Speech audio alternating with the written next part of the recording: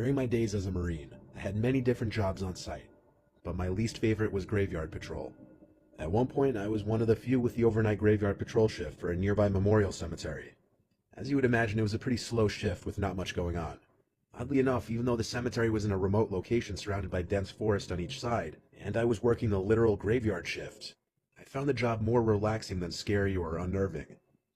I would be the only one in the cemetery, and my relief would come around 4 a.m., which would be the end of my shift.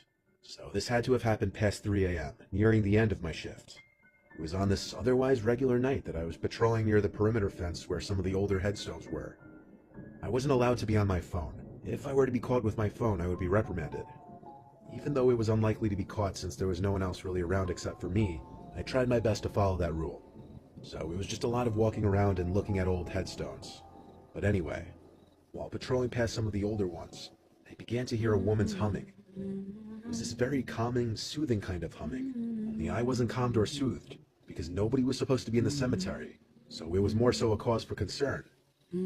I started following the sounds of the humming. It was coming from behind this intentionally planted line of thick trees with vines and brushes sprouting from the sides of them. Instead of walking around the long wall of trees, I squeezed through the vines and bushes to the other side, cutting myself in the process. As I struggled to make it to the other side, the humming suddenly stopped as quickly as it started. I was left alone to the silence once again, not even the sound of a cricket.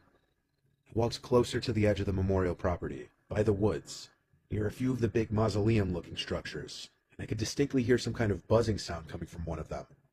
I stepped up the 3 white steps into the structure. The little door didn't have any kind of locks on it. I'd never been in any of these structures until this point, and I was incorrect in my assumption that they were mausoleums.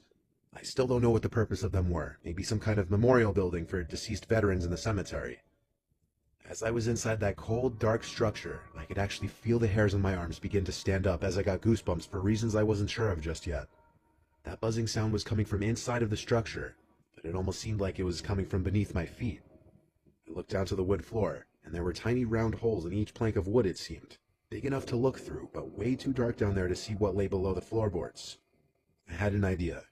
I positioned my phone on the floorboard just right so that the flashlight would shoot light into the hole in the wood, and I would look through one of the other holes. I lay basically flat on the floor with my head pressed up to the wood, one eye closed. I expected to see nothing at all, but I saw what appeared to be the top of a woman's head, and as if she knew I started looking immediately, she looked up at me through the hole. I only saw her face for maybe half a second before I fell backwards and let out a blood-curdling scream.